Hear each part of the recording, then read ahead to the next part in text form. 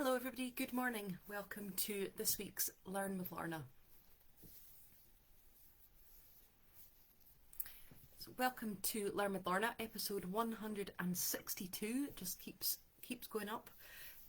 My name is Lorna McGregor. I'm the Community Engagement Officer with the Highland Archive Service, which has 4 archive centres in the Highlands of Scotland, in Inverness, in Wick, in Fort William and in Portree, and together the 4 of those make up the service that looks after the historic documents relating to the Highlands of Scotland. This series is brought to you by High Life Highland at no cost to the viewer. High Life Highland is a charity registered in Scotland, and there's no payment or subscription required to take part in this series of events. If you're able to donate towards our work, then we are very, very grateful for that. So as I said, welcome to episode 162. I want to start by saying a couple of thank yous. Thank you for all your comments on last week's Learn with Lorna on the story of Hugh Fraser. It's an extraordinary story, and I became kind of more and more involved in it as I was writing it and uncovering different elements of it, different aspects of it, and I was really, really pleased to see that so many people commented and felt strongly about it as well, so I'm really glad you enjoyed last week's episode. I also wanted to say thank you so much to the 2 members of the Learn with Lorna audience who nominated me for a staff award last week. It was so much appreciated.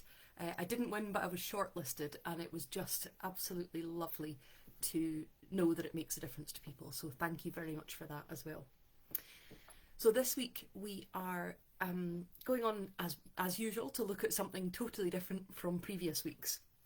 We're looking at the interlinked collections held in Lochaber archive centres. These are 2 collections, deposited collection D65 and deposited collection GD1 1100. These are the papers of Dr. John McGregor and his grandfather James McGregor respectively. And as I say, I'm going to talk about both of them interlinked because they are completely connected to each other. But I want to start by saying thank you, as always, to my colleague Rory in Lochaber Archive Centre for the notes he put together for me for this, some extracts to share with you. But also, unusually, I want to thank the depositor, Dr. John McGregor. I'm always grateful to depositors, but in this instance, Dr. John McGregor wrote up a family biography for us to use alongside this episode, so that's very much appreciated as well. So I'm going to go between both of these 2 collections to tell the story of this family and their substantial contribution to the Lochaber community and to business, to politics, to religion and to wider society. I think you'll agree with me when I go through this, just quite what a mark this family have left. James McGregor and his brother Duncan are the first generation we're going to look at. They weren't the only siblings of this generation, but they're the ones who are relevant to this collection, and so that's where we're going to start. The brothers were from Dunblane, near Stirling, where the family ran a boot and shoe business. And in the 1880s, Duncan McGregor moved from Dunblane to Fort William, where he opened a branch of that family boot and shoe business, and he was shortly followed by his younger brother, James. What prompted this move from the central belt to the west coast, we're not entirely sure, but when Rory was pulling together some notes for this, as I said, he contacted Dr. John McGregor, the depositor, and in that he wrote a family history, and he gave this suggestion as to why possibly Duncan, who's his great uncle, and then James, his grandfather, might have made that move from Dunblane to Fort William. Family legend and my own research suggests that a commercial connection between the Stirling area and Fort William developed by train and steamer via Oban after the Callander and Oban Railway was completed in 1880, and this might explain why the brothers moved from Dunblane. They weren't alone, of course, in expecting that Fort William would grow and would offer opportunities when the West Highland Railway, projected in 1887-88 and authorised in 1899, gave the town its own direct connection with Glasgow and Edinburgh. So he's pondering, from his particular area of expertise, as we'll touch on later, he's wondering whether it was that growth of trade, of connection, of ability to travel between Fort William and Stirling, Dunblane, the Central Belt, Edinburgh, Glasgow. was that the reason that the brothers thought that there was a potential future for them in Fort William. So Duncan arrived first, and he set up a branch of McGregor's boot and shoe shop. But he didn't stop there. Within a few years, he was a police commissioner, town councillor, and Dr. John McGregor mentioned in that extract the impact that the Callander and Oban Railway had had, and then subsequently other railways, including the West Highland. And in 1896, Duncan McGregor was one of the signatories to the agreement between the commissioners and the West Highland Company, which settled an ongoing dispute about the railway's use of the foreshore. So it does seem quite conceivable that the role that the railway played was something that had brought them to the area. At the turn of the century, into the 1900s, Duncan built the house that would become part of the family story over the next however many years. We'll talk about that in a second. Benview on Belford Road, which is still there and still called Benview. Following Duncan's route northwest, James McGregor arrived next. James was born in December 1867 in Dunblane to Duncan McGregor, clogmaker, and Anne Hay, as of course was his brother Duncan. And he was in his 20s when he followed his brother to Lochaber.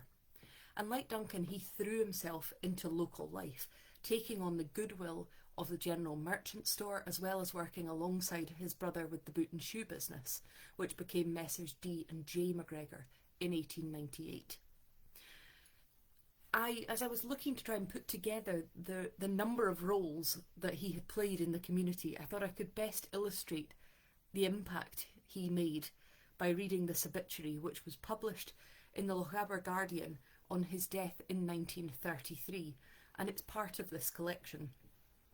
And after reading this through to you, I'll come back and illustrate some of the many things that are mentioned in it. Mr. James McGregor, shoemaker, active work in public life. Mr. McGregor, who was 65 years of age, died at his home, Benview, because he took the home on after his brother died, at Fort William on Sunday afternoon after an illness of about a year. A native of Dunblane, where his brother Robert still carries on business, Mr. McGregor, along with another brother, Duncan, who died in 1914, set up business in Fort William as a branch from Dunblane in the premises now occupied by the Guardian at the time this was written. A clever and well-read man, Mr. McGregor soon built up a sound business, the name of which, in 1898, when it removed to its present premises, was changed to D&J McGregor. So far everything we know, he's operating the family business. But then, Mr. McGregor took a prominent part in public affairs. He was for some years a useful member of the town council, but it was as a leading supporter and local speaker for the western area of the constituency of Sir John Dewar, later Lord Forteviot, and that's John Dewar of Highlands and Islands Medical Service fame.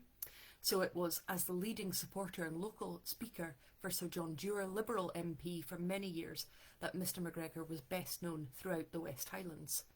In politics, as in all matters in which he took an interest, he was a man of strong opinions, decided views, and nothing shook his faith. He was an ardent free trader all his life.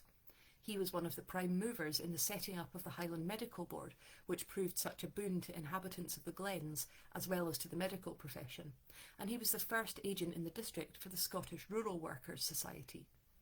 It will be recalled that it was also as a result of his representation and agitations that in the days of the parish council, the remains and the tombstones that were removed from the burying ground at Bunloit, which was being invaded by the Lochie, were moved to the new burial ground at Strone, and he won great regard among the people of the district for his actions in this. So we have him not only running a local business and becoming a well-known face alongside his brother, but also supporting Sir John Dewar, campaigning for the Liberal Party, being very prominent within supporting the Highland Medical Service. But it still goes on.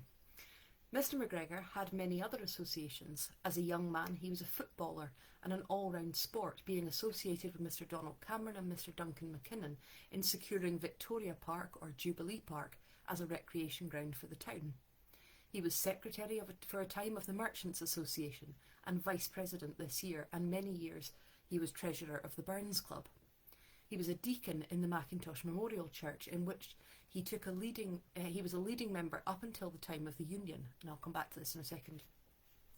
McGregor then took up a courageous attitude in defence of his connections, and he was the one chiefly responsible for the founding of Fort William United Free Church continuing.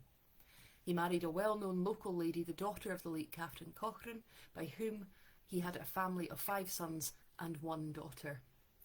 Mr. McGregor loved Lochaber as few love her, and his whole lifetime was devoted to dealing with her history and traditions.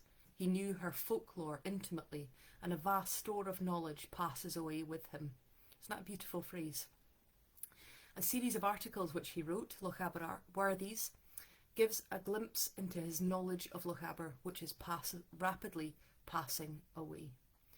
And it goes on to describe the funeral. But as I said, quite some contribution to make to the local society in so many areas of life. Exactly, Jen, what a busy life, to support church, business, politics, local organisations, sports, getting that park for the community. And we have further details about those different elements of his life within the collection. There's a report of a meeting of the United Free Church Literary Society, which records his election as vice president of that society. He played a huge role in the life of the local United Free Church. And I won't go here into the history of all the various church denominations, but if you're interested in finding out more about this, there is an excellent summary on the United Free Church website, which really kind of delineates the process in which all the churches broke up and re-merged. But the main thing from the point of view of this collection is that there are papers in this collection which reflect James McGregor's commitment to the United Free Church continuing. So after the United Free Church merged back into the Church of Scotland in 1929, a minority element didn't go back in, and that became the United Free Church continuing. And I've spoken a lot about when the disruption happened and the fact that the Free Church suddenly, all these congregations suddenly had to find new buildings. And the same thing happened in the same way in 1929 with the United Free Church continuing. So there are papers such as this: United Free Church of Scotland continuing. To the moderator and the other members of Presbytery of the United Free Church of Scotland continuing, we, the undersigned members of the United Free Church of Scotland, disapproving of the terms on which the majority of our church have entered into an incorporating union with the established Church of Scotland, respectively petition your Reverend Court to take steps by which we may be constituted a congregation of the United Free Church continuing, and we will hereby promise to subscribe of our means as God shall prosper us for the maintenance of a Christian ministry and the furtherance of the gospel. So they're saying we don't agree with the conditions with which have been agreed for the United Free Church to re-merge with the Church of Scotland, and therefore we're applying to become a separate congregation of the United Free Church continuing. Another paper that kind of details this is this one here. This is the agreement for the proposed prayer union for the United Free Church continuing. Recognising that every member can and ought to have a share in the work that is now going forward, I am willing to join in a fellowship of prayer as one of the Lord's intercessors. Let us pray for the United Free Church of Scotland that she may be purified and used as an instrument for the hastening of God's kingdom. For the leaders and organisations that they may be given wisdom and clear leading in all decisions, that they may have insight and broad sympathy with endurance and steadiness of purpose. For all members, that they may be staunch and loyal-hearted, and that their zeal may burn steadily, that they may be faithful and humble followers of him who came not to be ministered unto, but to minister. For all the children and young people, that they may grow up to feel that these things matter, and that religion is something real to live by. For those whose path is difficult and obscure, that light may shine. For those whose way is easy, that they may gird their loins and be strong, steadfast, and unmovable, for the fuller coming of God's kingdom on earth. James was key to setting up the Fort William and District United Free Church continuing. At that point when that breakaway happened and they needed to apply to set up a congregation, James McGregor was absolutely central to that. And we can see in this collection correspondence where he contacts schools to see if they can use their buildings as a place to hold services. Because as I said, much like after the disruption, these congregations suddenly needed somewhere to meet. At the same time, we see him trying to secure a permanent minister to serve the congregation. And there are a series of letters backwards and forwards that show his effort in trying to secure somebody. You know, from if you've been watching all 160 episodes, you know I'm a big fan of an obituary, and I think this is a nice one. This is an obituary that was written, a copy of which was sent to Mrs. McGregor on James's death in 1933. Before commencing the ordinary business of the meeting, the chairman made reference to the great loss sustained by society through the death of the Honorary Vice President, Mr. James McGregor. He was deeply interested in this society since its inception, the society being Fort William Junior Literary and Debating Society. His splendid example of zeal should be an inspiration to us all, and his memory will be cherished by all who were privileged to call him friend. It is a poor expression of our feelings in paying this humble tribute to his work, but where we have failed in words, we have made good in sincerity. Society is the poorer for his loss. So you can see what I mean. These two brothers have come from Dunblane, they've come to Fort William, they have already been instrumental in the establishment of the West Highland Railway, in the town council, in setting up churches, in running businesses, in supporting youth initiatives, in clubs, sports, so many things. And that's just that one generation. So we come on now to the next generation. James McGregor and his wife Mary Cochrane had 6 children, 5 sons and a daughter: Duncan, Alexander, Hamish, James, John, William and Christina. And we're going to look at Alexander and John because those are the 2 of this generation who are featured in the collection. Although it's interesting to note that Hamish also became a town councillor, so continuing that family strong connection to local government support and to the Liberal Party. Alexander was the one who carried on the boot and shoe business at various premises in the town, including at the old Waverley Hotel, and he would run it until 1956. The house that I mentioned that Duncan had built, Benview, that he'd built at the late 1800s, early 1900s, had passed to his brother James, who had then actually gifted part of the few to the United Free Church Continuing, which as I read that I thought, oh, that's got to be a legal nightmare to get your head round, part of the few being gifted. The house had then passed to to James's son Alexander, Alec, who raised income from it as a B&B, and I think the house still remains as a B&B today. So there's somewhere for people who are coming over from another country, there's somewhere maybe for you to stay. By all accounts, Alec was a quiet and gentle man who was very well regarded within Fort William. Like his father James, he was a faithful member of the United Free Church, where he served as an elder. He was a part of the British Legion, having served in the Army Pay Corps during World War II, and a member of the Lochaber and District Cooperative Society. And again, he continued that family tradition of having a concern for and an interest in the welfare of the local community.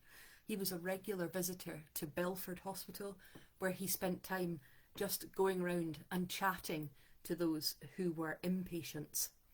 Incidentally, his father, James, had been invited to attend the opening of the operating theatre and new wards at the Belford by the Duke of York in 1930, the Duke of York who would go on to become George VI. He also worked closely with Belford surgeon Donald Duff, and I went way down a sidetrack here of something interesting. So Alec McGregor worked closely with Donald Duff. Now, Donald Duff was a surgeon at the Belford, but the 2 of them had been involved in the early days of the mountain rescue. And Donald Duff had invented a new type of stretcher which could be used to take people off the hill. And Donald Duff, generally regarded as the father of mountain rescue in the Lochaber area. If any of you are mountain climbers or walkers, then you may know of the Duff stretcher. But apparently one of his stretchers was taken on the 1953 ascent of Everest. So there you go. So Alec continued, as I say, the family business, that connection with the church, support for the local community, and he had a keen interest in walking and in the history and geography of the Lochaber area. And as a result of this, he was approached by the Scottish Rights of Way Society to be a witness in their objections against the proposed Glen Nevis hydroelectric scheme. His knowledge of and his interest in local history also appears in other places throughout this collection. So, for example, there is a collection of notes detailing the history of Fort William with a fabulous timeline detailing when things were built, very useful for people like me. And these notes were produced and circulated in 1950 when the town commemorated the 300-year the occupation of Cromwell of Fort William 300 years previously. These notes about the history of the area, either written by or collected by Alec, include, as I say, a fantastic summary of Fort William's history, but also a brilliant summary of all the names that Fort William has had over the generations. But I'm not going to go into it now because I'm going to include it in a talk that I'm giving next weekend at the Scottish Indexes Conference on place names. So if you're really interested to hear about Fort William's place names, you'll have to come to the Scottish Indexes Conference. Coming on from Alexander, we're going to look at his brother John now, the next family member we're going to talk about, and the father of the depositor of this collection. John was born in 1908, and he, of course, had also attended school in Lochaber, and there's a lovely letter of recommendation written by his headmaster in 1924. So if I love an obituary, I also love a letter of recommendation. This is a letter written on John's leaving high school in 1924, written by A. Mackay, the headmaster. It gives me much pleasure to certify that John McGregor, Benview, was a pupil of this school, that he passed with credit through all the classes of the primary school, and at the time of leaving last month he was placed in the second year of the supplementary course. John is a most obliging and trustworthy boy. Bear that in mind because we'll come back to that. A boy of good ability and excellent character throughout all his school career. I have good reason to strongly recommend him. Isn't that a lovely thing to have given to you when you leave secondary school? Trustworthy, obliging, excellent character, strongly recommended, good ability. It's absolutely lovely, glowing reference. And we can chart John's career after school through correspondence in this collection. And of course I didn't know him, but he seems to me like someone who just always worked hard and always gave his best to everything. In March 1925, when he was literally had just left school, he applied for a position with Balfour Beatty, working at the Lochaber Water Power Scheme. And this is the reply that he got. And I don't know, how old would he be, 1908? He would only have been in his teens. And this is the reply he got from Balfour Beatty. Dear Sir, we have your application of even date for a place on our clerical staff. In view of your age and inexperience, we cannot, of course, offer you any position on our clerical staff, but we can start you as an office messenger at 10 shillings a week, with a view to doing office work when a suitable vacancy occurs. You can commence immediately if you wish. And John, like I say, I didn't know him, but it seems to be pretty typically, he took up this opportunity and ran with it and made the most of it. And he clearly thrived, because there is a reference written in 1930 which again describes him as most trustworthy, conscientious, and fulfilling to our entire satisfaction the various duties entrusted to his care. He left in 1930, but only because the Lochaber Water Power Scheme contract had come to an end. And he seems to have worked temporarily as an auxiliary postman, because there's a little piece of paper that says we found him to be most trustworthy and most reliable. From Balfour Beatty then, with that sort of brief interlude as a postman, John McGregor went to work for the Fort William Electric Lighting Company, which eventually became part of the local authority, and then it ultimately was taken in as part of the Hydro Board. And again, we have a glowing letter of reference about his time in this role. Mr. John McGregor has been in the service of this company since November 1931 and has received and all-round training in the generating and distribution of public supply of electricity in this town and district. His duties consist of general attendance at the power station and also work outside on the distribution system of mains and cables, etc. He takes alternate turns of duty shifts of the running of semi-diesel oil engine generators, together with switchboard attendants in the power station, and work on repairs, care, maintenance of overhead and underground cables through the area of distribution. He is very careful in his work. His duties include the checking and entering of meter readings and particular charge of stock books of stores and issuing and costing all materials. His bookkeeping is very thorough and accurate and efficient. He is punctual and all his duties are conscientiously carried out. He is thoroughly honest. Isn't that nice? You see that coming right through from school, through everything, that element of conscientiousness, of attention to detail, being thorough in what he's doing and being trustworthy and honest. I just think that's such a nice thing to have said about you. In the end, John McGregor would actually take a path away from power and electricity, which had been his life up until this point, by working in an industrial grade in the Forestry Commission, in the Glen Nevis part of the Forestry Commission, before finally working as the janitor of Lochaber Roman Catholic School, where maybe some viewers who are local may remember him. In addition to all of this, John continued that family connection to the United Free Church, so he too was an elder and a clerk to the Deacon's Court. In 1969, when Alec died, John's brother, it was John who oversaw the clearance and the eventual sale of Benview out of the family. And finally, we're going to come on and look at John's son, also John, the depositor of this collection. And I'm very conscious that I've barely spoken about the women in this family, and that's just because there's not a huge amount about them in this particular collection. So I am aware that I'm passing from father to son to brother, etc. But that is why I'm talking about what exists in the collection.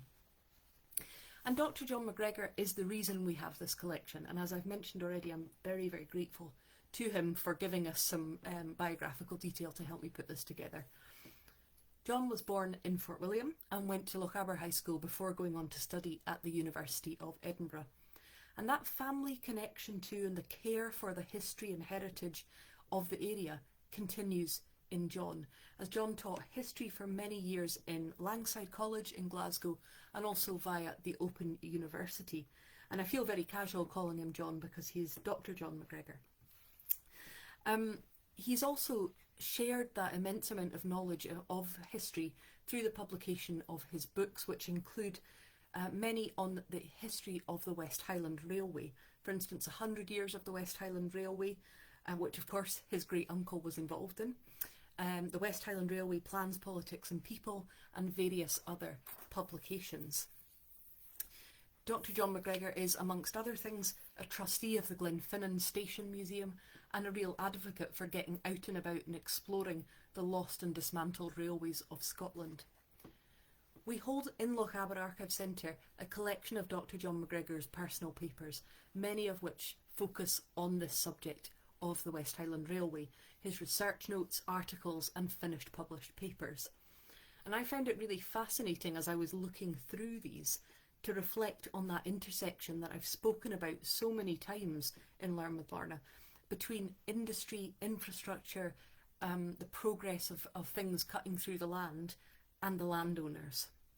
Many of the families I've spoken about in previous episodes, the Camerons of Lochiel, the Astley Nicholsons of Arrowsake, the Cameron Heads of Inverelort, all of these are necessarily completely interlinked with the story of development and infrastructure in Lochaber. As trains went through, railway lines, canals, hydro schemes, it's often their land that it's cutting into and changing. And so you often see that interplay between the landowners and the infrastructure. And Dr. John McGregor's research notes shed light on the disputes, the negotiations, the settlements, the agreements that come into play because of this, as well as uncovering and sharing the way in which the West Highland Museum was planned with the West Highland Railway was planned with considerations for the terrain that it would cover and what would have to be taken into account with that terrain. the way that it was built with deliveries of material by sea and by land as the line took shape, with teams building one building north and one building south from either end. Dr. John McGregor's research doesn't only cover the railway's beginnings, but looks through to its ongoing challenges through the decades, past the much maligned beaching cuts, through various changes of ownership and different things that have impacted the way the line has existed. Anyone who is interested in railways, and I know that many, many people are, whenever I speak to any group or any organisation, I always know that there will be someone who loves railways and there'll be somebody who loves maps. It's just always the way. If you have an interest in railways, then please do come in and have a look at Dr. John McGregor's research notes, or if you're not nearby, have a look for one of his books on the subject. I was speaking virtually to a conference in Canada. Yes, virtually. I didn't fly to Ottawa and back over the weekend, but I was speaking at a conference in Canada a couple of weeks ago, and someone was telling me, I don't know if you're watching today, but was telling me that she often goes and buys the books that I reference in Lorna, so perhaps other people do as well, and I would recommend Dr. John McGregor's books if you're interested in railways. So I hope you'll agree with me that they are a fascinating family who have left a mark on the local, certainly on local memory. It was really touching reading through the obituaries for each generation that are part of the collection, those references, that the many places that they have left an impact was really quite striking. So I hope that you've enjoyed finding out a little bit more about the two collections of McGregor papers we have. Thank you very much for joining and listening to it. Thank you to Rory for his efforts in pulling some stuff together for me, and also, as I say, to Dr. McGregor. Next week we'll be looking at some stories from the borough of Fortrose, and this afternoon I'll schedule a few more of the next Learn with Lornas, because I've suddenly realised that there's only a couple more scheduled, so I'll get them in as well. So thank you again. Oh, that's interesting, John, involved in the mountain rescue as well, a bell stretcher. Okay, well now you'll have to go and investigate the Duff stretcher. Yeah, Jen, I see your comment. I feel like I need to do more. I feel like that every time I write one of these. I think, oh man, everybody's leaving this mark on their communities. I need to go out and join more societies. So thank you very much for joining me. I look forward to speaking to you next week about the borough of Fortrose. If you happen to be in Ardclach Heritage Society, I'll see you tonight, where I'm coming to speak about Jacobites. And in the meantime, I'll see you all next week. A reminder that this series is brought to you by High Life Highland at no cost to the viewer. High Life Highland is a charity registered in Scotland, and there's no payment or subscription required to take part in this series of events. But if you're able to donate towards our work, then we really appreciate that. Thank you for joining me. And again, to those who put that nomination into the staff awards, thank you. It was so much appreciated. Thank you.